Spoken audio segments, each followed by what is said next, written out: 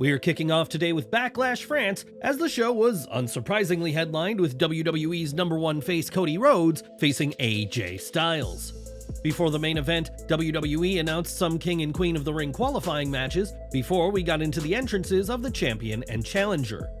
The crowd sang along to Cody's entrance song, and while it's been stated before, it's worth repeating that AJ's new theme is a major step down from what he had. It was nice of Samantha Irvin to wait until the crowd was done singing to give the official introductions, and the camera shaking with the crowd chants was a cool moment. You could feel the energy come through the TV as the French crowd went wild for the Phenomenal One and the American Nightmare before the match even started. The two started with a lockup and standard exchange of holds, takedowns, and counters, with Corey Graves pointing out the amateur wrestling backgrounds of both men. Rhodes gave Styles a receipt for the slap on SmackDown and even pulled out his old Stardust taunt to show that AJ didn't get under his skin by bringing up his old gimmick. This was a match highlighted by the strength of both men, and both are at points in their careers where they are veterans, but still more than capable of putting on great performances. This naturally led to high expectations for the match, and while this can sometimes lead to disappointment, Rhodes and Styles gave a good match that left plenty of room to grow.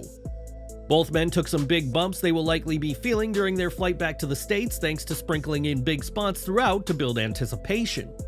With the fans chanting and at a fever pitch, Rhodes hit his signature moves and crossroads for the win in his first televised WWE title defense. After the show, Rhodes was on the Backlash press conference and was asked who he saw as the next challenger for his title now that the French PLE is over. The American Nightmare rolled the dive over to Triple H, given he's head of content, but stated that he's a big fan of the work of LA Knight. Rhodes added that he sees Knight as a future challenger, and an undisputed WWE title match would be something everyone would surely be looking forward to seeing. If Rhodes vs. Knight is the next plan, it would have been better to have seen it teased during the Backlash show, rather than waiting until the press conference. That would have given the show an even bigger buzz, no matter what the next plan is, be it a rematch with Styles, a new challenger like Knight, or a return to the Bloodline feud. Speaking of the post-show press conference, Rhodes was visibly hurt and in pain and was constantly massaging his shoulder and had a mark near his eye as he spoke. Rhodes admitted that AJ Styles got a ding on his shoulder and that he was willing to face the Phenomenal One again to return the favor. Could this be setting up Rhodes AJ too? If so, it'd no doubt be a great match, but WWE would have to find a reason for AJ to deserve a title shot after a clean loss in Lyon. In the opening match at Backlash, Kevin Owens arrived first, followed by Randy Orton, before Solo Sikoa and Tonga took their sweet time and interacted with the raucous French fans. The crowd singing along to Orton's music was cool. It's surprising it hasn't happened with his song more often, given he's had it for 16 years now. The crowd chanted "We Want Roman" as the Bloodline came out, and all four started brawling before the ref called for the bell, with Owens and Tanga paired up while Sikoa and Orton fought. Producers and security tried to break up the pre-match fight before SmackDown GM Nick Aldis showed up and declared the match a street fight and ordered the bell to be rung. Orton and Sikoa took the fight to the crowd, while Tanga and Owens battled at ringside, and as we saw at SmackDown, the French crowd was going nuts during this whole contest. This match was never going to be a 30-minute technical classic, but turning it into a street fight ensured chaos with kendo sticks, garbage cans, steel steps, and tables used on both teams. Orton masterfully sold his back injuries after going through a table, and Owens took a stiff shot from a garbage can as Sikoa used the bottom of the can, not the side that would have crumbled.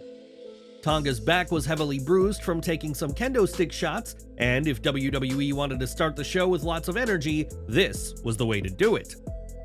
All four men beat the life out of each other, and the crowd loved every second of it, and things eventually started slowing down given the beating all the competitors had taken.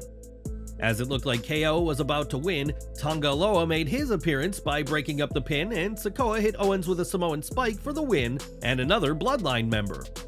Unfortunately, Loa's appearance was not perfect, as on the WWE camera, it appeared that he pulled the referee out of the ring while Owens was going for a pinfall. In footage shared by fans, though, you can see the referee move first and then Loa appear, as it seems the Bloodline's newest member was a moment too late for his big spot.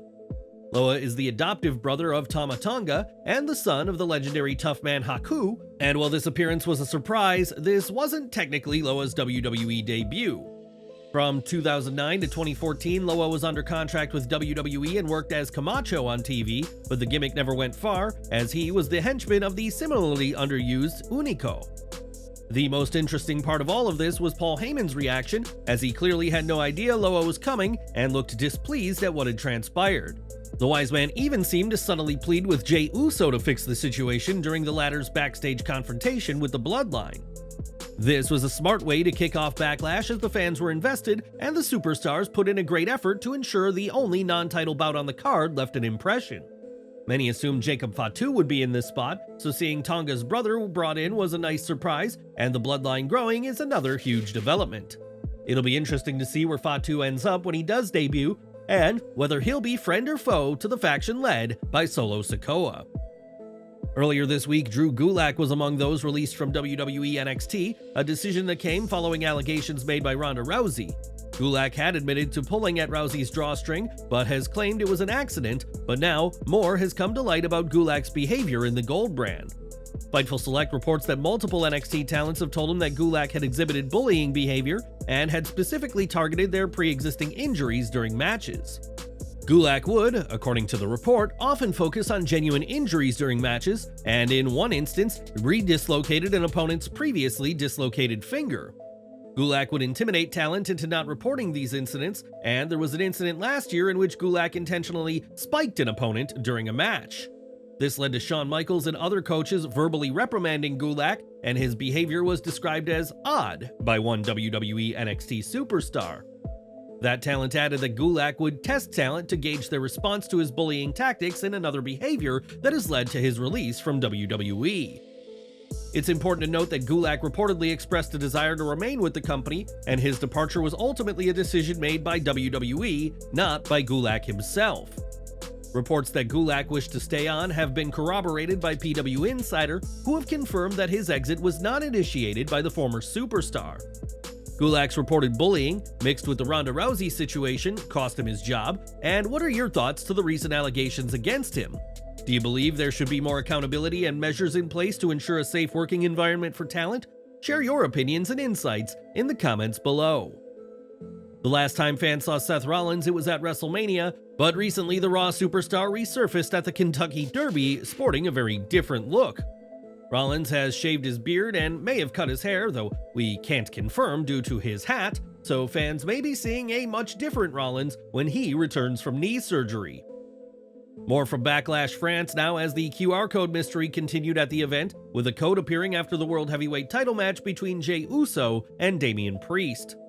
When scanned, the QR code provided a number, and upon calling the number, a creepy voice tells the biblical parable of the shepherd and the lost sheep. The tale goes that a shepherd had 100 sheep and lost one, and left the 99 remaining sheep to search for the lost one, and rejoiced when it was found. The voice then says that the fans, their families, and friends didn't care about them, and that they were taken by the darkness, but that I set them free, and they are now a family. The voice ended by saying that what's coming is something beautiful, with fans speculating that this confirms that a faction is coming of these proverbial lost sheep. That wasn't the only code that appeared at WWE Backlash, and when fans scanned the second code, there was another voice message that said fans don't know what they're looking for. The voice added that he just wants to help, and that he wants to know why did you forget about him, as this message focused on one person rather than a group. It's all but assumed that these QR messages are building to the return of Uncle Howdy, as played by Bo Dallas, presumably with a faction behind him. When Bray Wyatt returned to WWE, there were plans for a faction, though that obviously didn't transpire, and now Howdy is back, seemingly with others as his flock. As for when the big reveal will happen, that remains to be seen, but fans were given plenty of mystery at WWE Backlash France. The WWE Women's Championship match had a big fight feel as Samantha Irvin made the official announcements because the crowd was going wild for all three competitors. A quick exchange opened the match and gave each a moment to shine, with Bayley getting the clear advantage at first, but that didn't last very long. Alongside Tiffany, Stratton, and Naomi, the role model traded near falls as the crowd chants grew, and it was always going to be a tall order to follow the opening street fight. All three women brought their A-game though and kept the crowd's attention, and unlike other triple threats when one star is an afterthought, everyone made an impact with their moments. The way the camera shot Bayley's suicide dive was great, as it was a surprise to both Stratton and people watching at home, and the same was the case with the champ's flying elbow drop. The match didn't end with a big finisher, but rather Bayley out-wrestled Naomi by countering into a pinning combination to win, and Naomi gave the champion a hug and celebrated post-match. With the women's tag team titles on the line, Asuka and Bianca Belair started for their teams before Kairi Sane and Jade Cargill tagged in, with the Storm putting on a display of throwing Sane.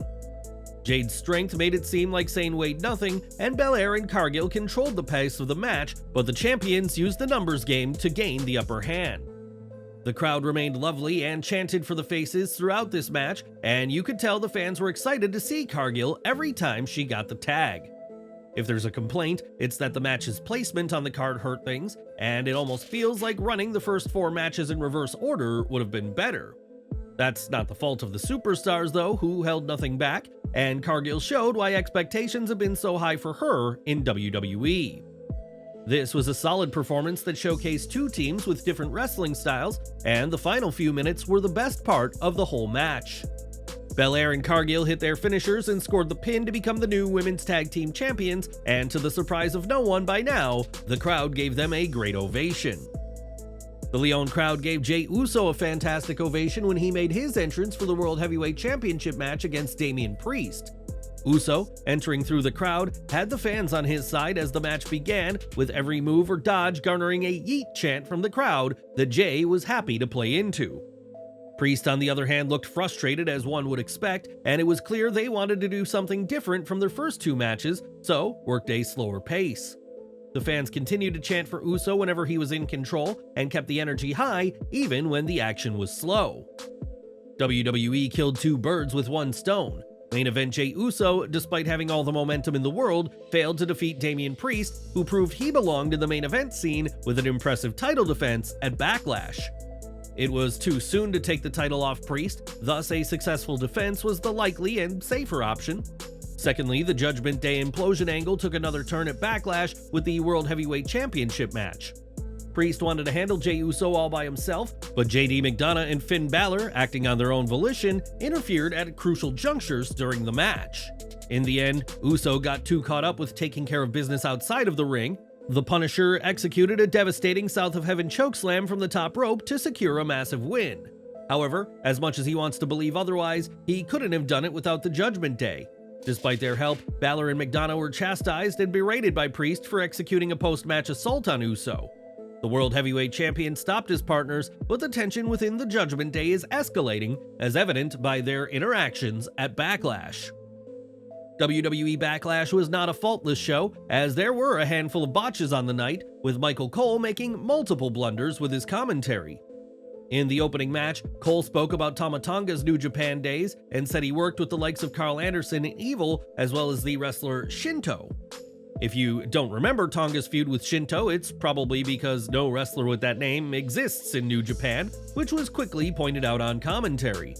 Later in the show, Cole claimed that AJ Styles was having his first title match in close to a year, seemingly forgetting the 4-way AJ was part of mere months ago at the Royal Rumble. In the women's tag team match, there was some miscommunication as the referee stopped Kairi Sane from pinning Jade Cargill because he claimed she wasn't the legal person. Despite this, she was still allowed to remain in the ring, which led to her then tagging in Asuka, who was actually illegal at the time. The finish then saw Asuka get pinned even though she wasn't the legal woman for her team, and we'll have to see if this affects the titles and could be grounds for a rematch. Cargill at times looked lost in the ring, which led to fans speculating that she may have suffered a concussion, which is of course the last thing anyone wants right now. There was a part where Cargill missed a clothesline and even fell on the floor several times, seemingly unaware of what was going on, and we just hope that this was impressive selling. Kevin Owens and Randy Orton didn't get the win in their street fight with the Bloodline, but Kevin Owens was lucky to leave France without a major injury. The former Universal Champion delivered a brainbuster onto multiple steel chairs from the top rope on Tonga and managed to land on his neck in a very scary spot. Owens clearly had a rough landing, but he was still able to get up and continue the match, which included a flip bump from the Samoan Spike to end the match. But that was WWE Backlash France, and what did you make of the show? Let us know in the comments, and thanks for watching.